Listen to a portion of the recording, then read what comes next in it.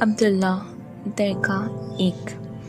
साहिल की तरफ जाती हुई मरकज़ी इशारा, जो आम हालात में किसी जवान बेवा की अजरी मांग की तरह बेरंग और सुनसान पड़ी रहती थी, इस वक्त शहर के उम्रा की चंद बिखरी हुई औलादों की खरमस्तियों की आमाजगाह बनी हुई थी।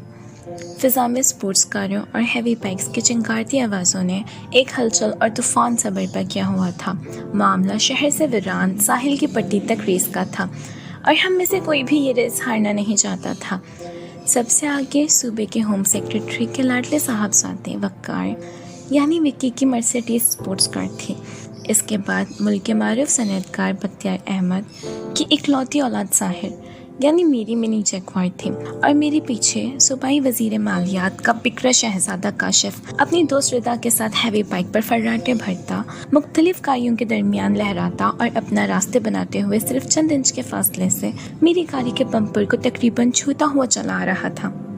बाकी दोस्त उससे ज़रा फासले पर थे। लोग हमें दूर से ही देखकर सरासीमा होकर इधर उधर उछलकर अपनी जान बचाने के लिए भाग रहे थे।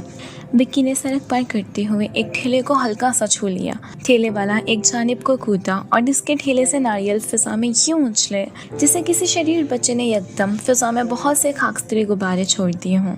उनमें से एक नारियल किसी ग्रेनेड की तरह मेरी कार की विंडो स्क्रीन से टकराया और शीशे पर अगले ही लम्हे मकड़ी के जाले जैसी दगे उभर आईं। मेरी साथ गाड़ी में बैठी गवर्नर की भतीजी और मेरी बेहतरीन दोस्त एनी जोर से चलवाई और उसके मुंह से अंग्रेजी काली और मगलसात का एक तूफान विक्की की शान में उबल पड़ा। मेरे पीछे आते हुए काशिफ की 150 की स्पीड से दौड़ती हुई बाइक का पहिया नारियल के ऊपर चढ़ गया और बाइक फिजा में यूं उछली जैसे किसी तोप से निकला हुआ गोला। लेकिन काशिफ ने अपने हवास को काबू में रखते और बाइक को ज़मीन पर लगते ही एक जानिब को झुकाकर उलटने से बचा लिया। अलबत्ता उसके पीछे आते हुए दो मोटरसाइकिल सवार खुद को बचा नहीं पाए। सड़क पर दूर तक उनकी बाइक्स के फिसलने की आवाज़ें और स्क्रीचें गूंजती रहीं।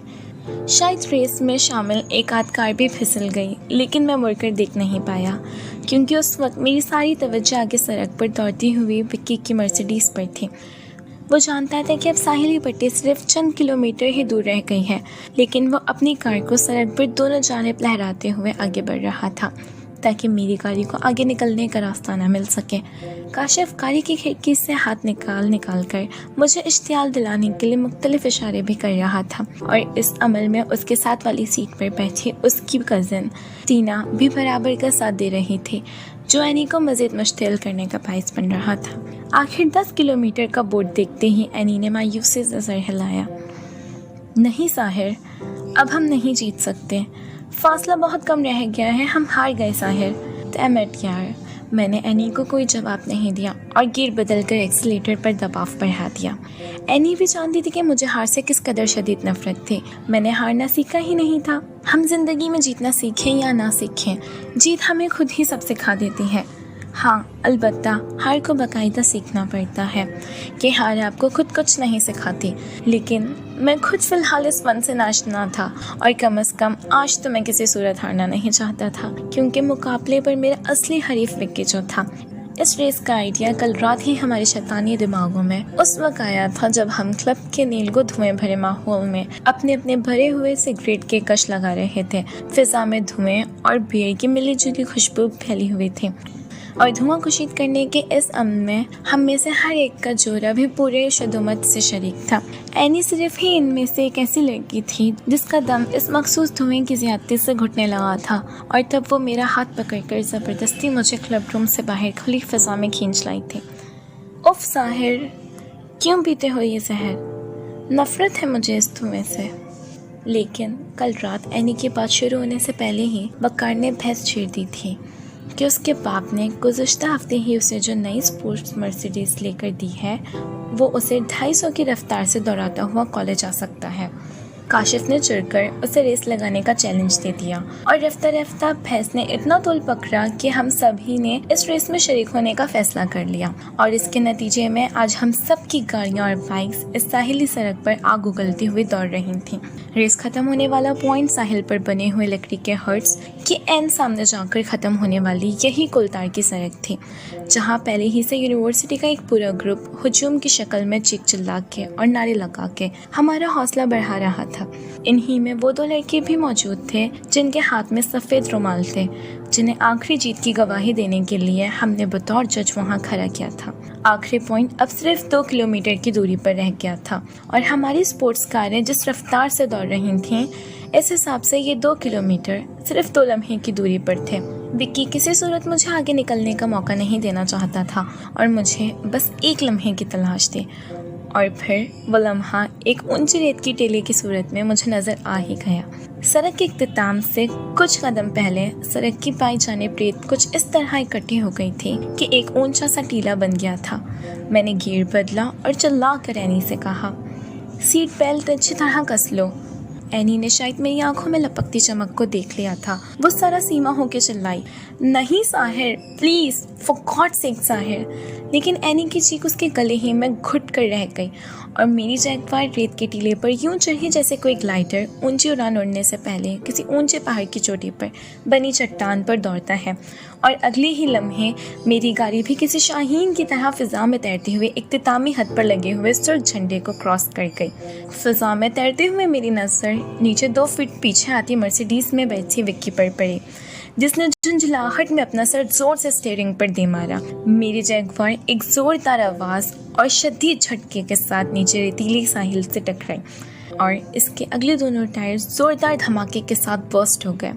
कार जोर से लहराई, लेकिन उसके उलटने से पहले ही मैंने पूरी कुव्वत के साथ हैंड ब्रेक खींच लिया। लेकिन गाड़ी के बोनेट से निकलते हुए धुएं और गाड़ी के फ्रेम को देखकर कोई अनाड़ी मिस्त्री भी ये बता सकता था कि अब ये कार कम से कम मेरे किसी काम की नहीं रही। मुझे अपनी पसंदीदा गाड़ी के तबाह हो जाने का कोई दुख नहीं था। खुशी तो इस बात की थी कि मैंने एक बार फिर विक्की को हरा दिया। हैंड ब्रेक खींचने की वजह से गाड़ी ने घूमते हुए रेत का जो तूफान उठाया था वो अब थम चुका था।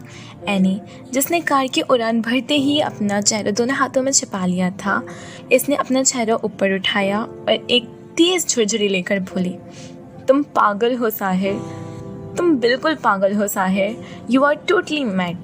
मैंने एनी की तरफ एक मुस्कुराहट भरी नज़र डाली और गाड़ी से नीचे उतर आया। सब दोस्तों ने मुझे घेर लिया और सभी शोर मचा रहे थे। दूर विक्की खड़ा चिल्ला रहा था कि मुकाबला ज़मीन पर गाड़ी दौड़ाने का था, ना कि फिजा में उड़ाने का। लेकिन कोई उसकी बात नहीं सुन रहा था और सभी उससे शर्त हारने की रकम का मुतालबा कर रहे थे।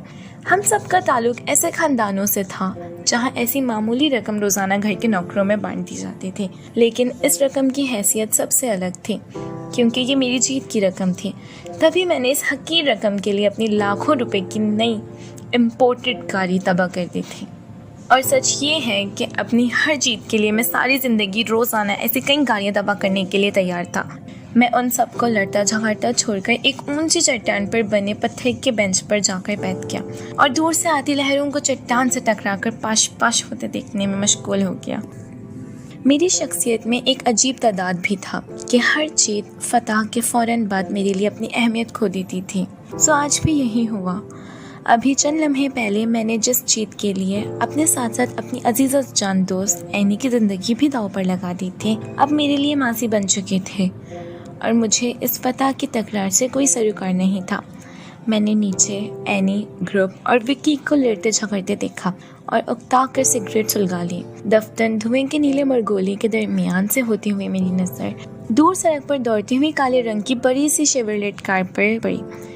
अच्छी गाड़ियाँ बचपन से ही मेरी कमज़ोरी थी और जो लोग कारों के बारे में थोड़े बहुत इल्म रखते हैं वो ये भी ज़रूर जानते होंगे कि शेवरलेट को कारों की शहज़ादी कहा जाता है और नए मॉडल की ये शहज़ादी तो हमारे यहाँ तकरीबन नापेद हो गई है। मेरी तमाम देर तवज्जो उस शानदार गाड़ी के जानिब मबज़ूल हो चुके थे जो अब साहिल के किनारे मौजूद पहाड़ी सिलसिले के अंदर तराशी हुई सफ़ेद पत्थर की सीढ़ियों के करीब आकर रुक चुके थे। गाड़ी में से कुछ लोग उतरकर इन संगी सीढ़ियों के जानिब बढ़ गए जिनका इख्तिताम पहाड़ी की चोटी पर बनी हुई एक दरगाह की वसी सहन में जाकर होता था।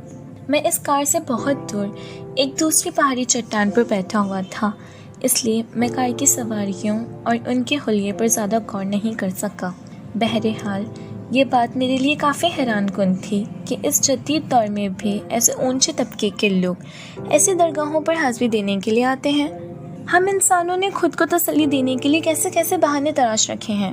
अचानक मेरे दिल में उस गाड़ी को करीब से देखने की शदीद ख्वाहिश उभरी। वैसे भी मैं यहाँ बैठा बैठा उकताने लगा था।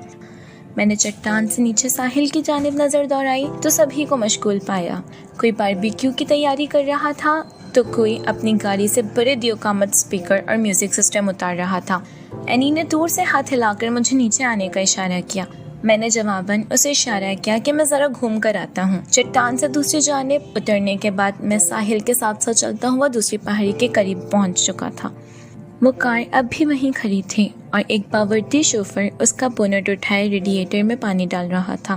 कहते हैं सवारी भी इंसान की नफासत को जांचने का एक जरिया होती है, और इस कॉल की परख अगर उस गाड़ी से की जाती तो यकीनन उसका मालिक इंतहाई नफीस शख्सियत का मालिक होना चाहिए था, क्योंकि गाड़ी को बड़े सलीके से संभाला गया था।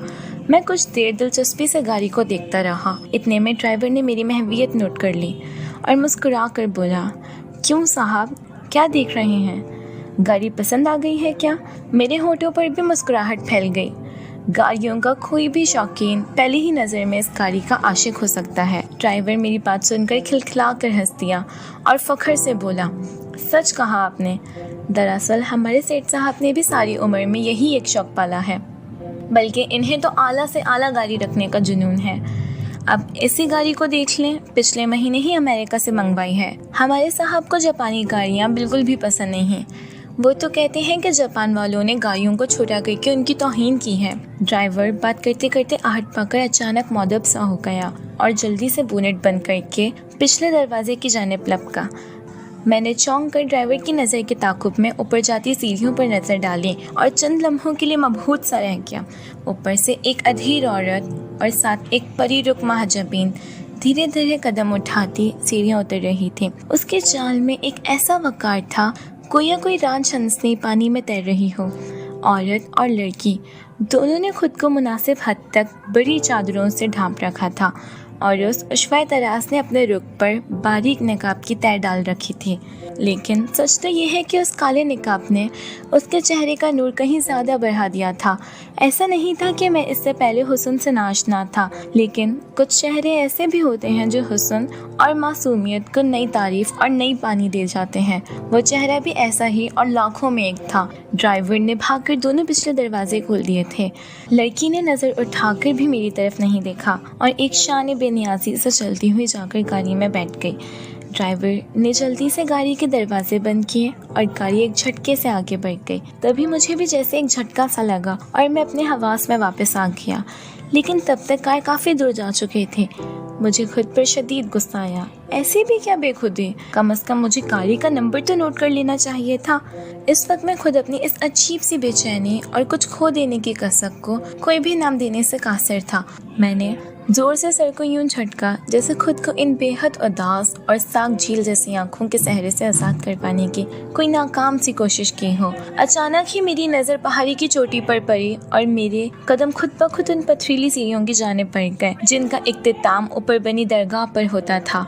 शायद मेरे दिल में कहीं ना कहीं ये ख्वाहिश मचल उठी थी कि आखिर ऐसी क्या बात है इस पत्थर की बनी सफ़ेद और सादा सी इमारत में, जिसकी ज़ियारत के लिए इस गुलरुख के कोमल कदम इतनी दूर तक उठते थे।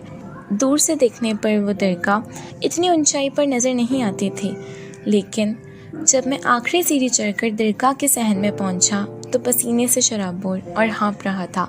वहाँ खासे ज़राइन मौजूद थे जो अपने तौर पर अपनी अपनी मन्नतों की कबूलियत के लिए कुछ न कुछ तदबीर कर रहे थे। कोई फूलों की चादर चढ़ा रहा था तो कोई लंगर खाने में देगे खुलवाए भूखों को खाना खिला रहा था। एक जानिब एक हाजी साहब दूध में ज़ाफ़रान और रूह अफ़ज़ा घोले अपनी सबील चला रहे थे। एक जानिब चंद अफराद मोरछील लिए दरगाह के अंदरूनी हिस्से की सफाई कर रहे थे। मुझे एक लम्हे को यूँ लगा कि जैसे जिसका गुनाह जितना बड़ा है वो उसी हिसाब से कुफारा अदा करने की सही में लगा हुआ है। लेकिन क्या ये सब कुछ करने से हम इंसानों की मिन्नतें पूरी हो जाती होंगी, कफ़ारे अदा हो जाते होंगे? मैं अपनी सोचों में गलता खड़ा था कि अचानक मेरे कब से एक भारी लेकिन मुलायम सी आवाज़ उभरी। क्या मैं आपकी कुछ मदद कर सकता हूँ? मैं चौंक कर पलटा। मेरे सामने मेरी ही उम्र का एक नौजवान हाथ में तस्बीह और होठों पर एक मीठी सी मुस्कुराहट लिए खड़ा था। सफ़ेद रंग की कुर्ते शलवार में मलबूस और चेहरे पर काली घनी शरीदारी खूब जंच रही थी। उसकी आंखों में एक खास चमक और लहजे में अजीब सी मिठास थी। मैंने मुस्कुरा कर जवाब दिया, जी बहुत शुक्रिया, मैं बस यूं ही इस तरफ चला आया था। आपकी तारीफ़ के लायक तो कुछ भी नहीं है मेरे पास। हाँ अलबत्ता तारीफ़ के लिए नाम अब्दुल्ला है।